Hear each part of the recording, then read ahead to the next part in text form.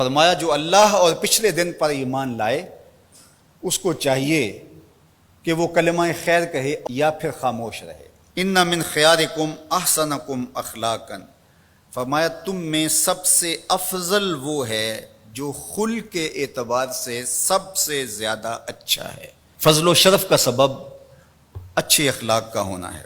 حضور نے ارشاد فرمایا قیامت کے دن میزان پر جو اعمال رکھے جائیں گے سب سے زیادہ وزن جس عمل کا ہوگا وہ حسن خلق کا ہوگا۔ اور اللہ تعالیٰ جل شانہ جو ہے وہ دشمنی رکھتا ہے فحش گو سے اور بیہودہ گو سے۔ اللہ اکبر۔ فرمایا کہ اہل ایمان میں کامل ترین مومن وہ ہے جو حسن اخلاق کا پیکر ہے۔ تو میں آپ سے یہ کہوں گا کہ اپنی زبان کو، اپنے خیالات کو، اپنی سوچوں کو ہمیشہ آپ پاکیزہ رکھنے کی کوشش کریں۔ ظاہر ہے اس زندگی میں رہتے ہوئے سارے لوگ آپ سے متفق نہیں ہوں گے۔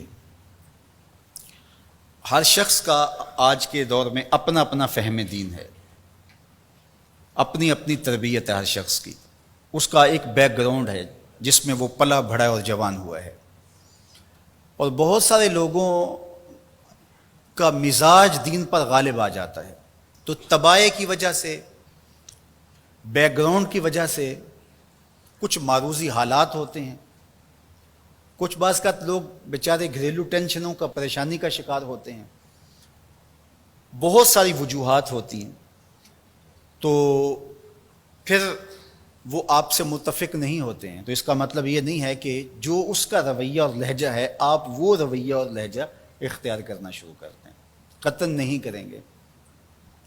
آپ اپنے لہجے کو اسی طرح مزین رکھیں جس طرح حضور کے خلق کریمانہ کی ادا ہوتی ہے۔ کبھی بھی اپنی زبان کو بگڑنے نہ دیں۔ گالی گلوچ اور سب و شتم یہ تو کبھی سوچنا بھی نہ، رد عمل کے طور پر یا عمل کی صورت کے اندر۔ عمل کی صورت میں تو بہت برا ہے، لیکن رد عمل کی صورت کے اندر بھی اس کی اجازت نہیں ہونی چاہیے کہ کوئی شخص آپ کے لیے کوئی ایسا لفظ استعمال کر رہا ہے تو آپ اس کے مقابلے کے اندر اس طرح کی زبان اختیار کرنے لگ جائیں۔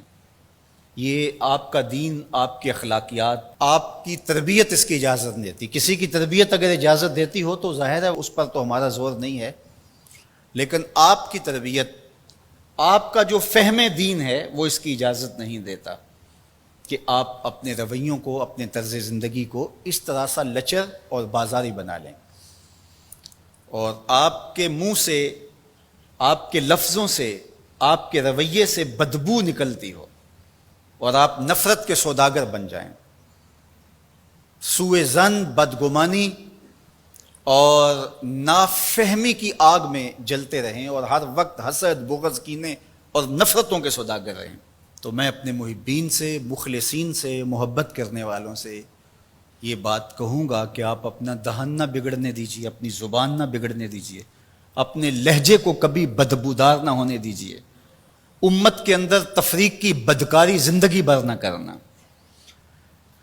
اگر کوئی شخص میرے طریقہ کار سے متفق نہیں ہے، جو میں طرز تبلیغ رکھتا ہوں، جو انداز تربیت رکھتا ہوں، بہت سارے لوگ اس سے متفق نہیں ہیں، تو آج تک میرا یہ زور نہیں رہا کہ لوگ اسی طریق پہ آئیں سارا زمانہ جس طریق پہ میں ہوں۔ تو کسی کو بھی یہ کوئی اختیار حاصل نہیں ہے کہ جو طریق اس نے وضع کیا ہے معروضی حالات کے تحت، جو وہ سمجھتے اپنے فہم کے مطابق کہ اس طرح دین کا کام ہونا چاہیے، تو وہ مجھے اس بات پہ مجبور کرے کہ آپ بھی اس طریق پہ آئیں۔ جو میں انداز تبلیغ رکھتا ہوں، جو مؤثر بھی ہوا، نفع بخش بھی ہوا، نیچے سے لے کر اوپر تک کتنے طبقات کے اندر کیسے اثرات پیدا ہوئے، لیکن اس کے باوجود آج تک میں کسی کو نہ مجبور کرتا ہوں اور نہ میں جو ہے وہ کوئی اگر میرے طریق سے ہٹ کے چلتا ہے، حتیٰ کہ اگر کوئی شخص میرا انکار کر دیتا ہے، مجھے گالیاں بھی دے دیتا ہے، مجھے برا بلا بھی کہتا ہے، اس کے باوجود وہ کافر نہیں ہوتا، اس لیے کہ میرا انکار کفر نہیں ہے، پیغمبر کا انکار کفر ہے۔ بات سمجھ آ رہی نا بات کی؟ تو اس لیے ہم بندے اور امتی بن کے رہنا ہے، اسی میں بھلائی ہے۔